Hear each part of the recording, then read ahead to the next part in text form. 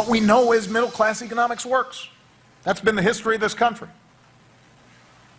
That's been the history of the last 6 years when we've implemented middle class economics, and the other side was telling us this would be a disaster and it would kill jobs and raise the deficit. Healthcare costs would explode, and none of that happened. Oh, really? It's not the comedy corner. Why are you laughing? Well, because it just seems to be at odds with reality from my perspective. President Obama there at the Democratic congressional retreat they held in Philadelphia last week. Miranda, I got to tell you this. I understand the president trying to pump up members of his party, but that interpretation of what's going on is maybe at odds with really what's happening. Yeah, many question whether or not there's going to be an actual boom for everyone, or is this so-called middle-class economics leaving millions of Americans out in the cold and struggling on state assistance? And what should be the role of government in terms of promoting prosperity anyway? Let's go further in depth now with a woman who has seen her fair share of struggling, but she has prevailed and prospered. She's the founder and president of the Center for Urban Renewal and Education, and the author of the new book, Blind Conceit, Politics, Policy, and Racial Polarization Moving Forward to Save America. It's our very own Star, Skyping in from Washington, Star Parker. You heard the president. What is your take on what he said about middle-class economics? Well, unfortunately, we've seen middle-class economics over the last 50 years of liberal social engineering with the war on poverty. And so what the president is intending to do is create for the middle class exactly what the left has created for our hard-hit communities. Welfare doesn't work. And so to send out this idea that the middle class should be dependent on government for their economic stability is a farce. We need to stop him. We need to stop his budget before every place in America looks like every urban and rural center in our country. This is social chaos, and it's about time that people confront the president that what makes America work is freedom, and we need more of that. We need to remove the heavy hand of government upon our lives so that we can all live free and prosperous. Star, you say the welfare system doesn't work because of your own personal experience. If you would, I know we don't have a lot of time, but give us a little bit about your personal story.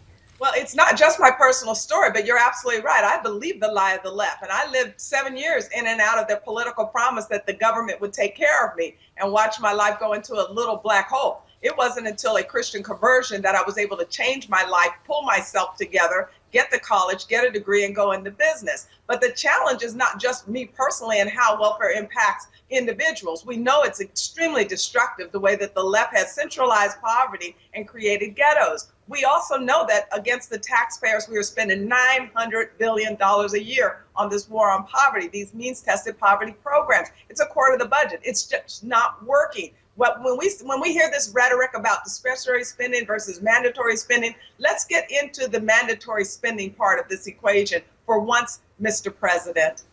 Well, mindful of that, our old friend J.C. Watt said the two parties look at success differently.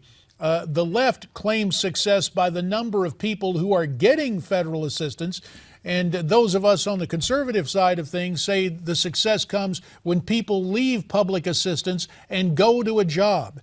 In your mind, is this president kind of priming the pump to get more people dependent on government?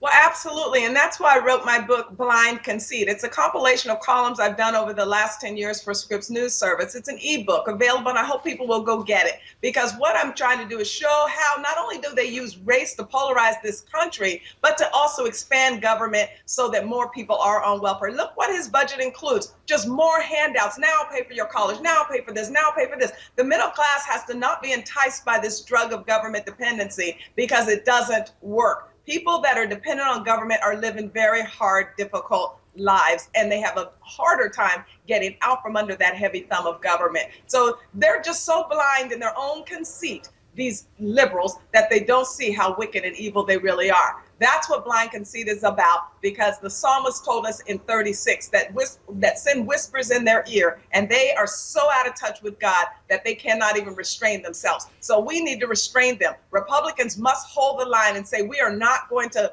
spend more of the taxpayers' money, and the Tea Party must hold the line that we are taxed enough already. Star, and unfortunately, the ones that tend to suffer the most during economic times are children. In fact, the Children's Defense Fund said that there are 14.7 million poor children, and of those, 6.5 million are extremely poor. So what is the solution to get out of there? If not a handout, what is the key? What is the Obama administration missing, in your opinion? They're missing a discussion about our social crises. Marriage. When you look at even those that are on food stamps, 86% of the folks that are on food stamps in our country are women trying to raise children alone. Marriage is what stabilizes a community and a society. Then you work hard, harder than the person above you. You get an education, you save and you invest. That's the American dream, and that's what makes things happen. But you're right, children slip into poverty because they're living with a single mom. Keep in mind, 48% of American children today, 48% were born to a never married mom. This is a crisis that people just don't want to point to, and the president thinks it's all just about money. No, it's also about traditional values, limited government, free markets, and strong national allegiance and defense. And when you think about American exceptionalism, my life and many other poor people who've been able to break through it, their lives are exemplified American exceptionalism, that we can prosper if we allow ourselves to get to that first step out of poverty, which is self-government. About a minute remains. The acronym for your group is CURE, the Center for Urban Renewal and Education.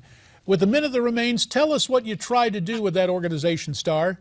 Well, CURE is a think tank here in Washington, D.C. that promotes market-based solutions to fight poverty. So we look at removing the governmental barriers over housing policy for the poor, over school policies for the poor, over all of the economic policies for the poor. We want to reduce the size and scope of government, particularly in the harder hit communities, by allowing people to live free. urbancure.org is my website, and people can find out more about our organization there. But we are working with congressional leaders here and with black pastors all across this country to get what Ronald Reagan said out, the truth out, that the answer to poverty is freedom and personal responsibility. It's not a welfare state. And the best social program is a job. You're hard at work on the job. Star Parker, thank you so much. Again, the name of Star's new book, Blind Conceit, Politics, Policy, and Racial Polarization Moving Forward to Save America.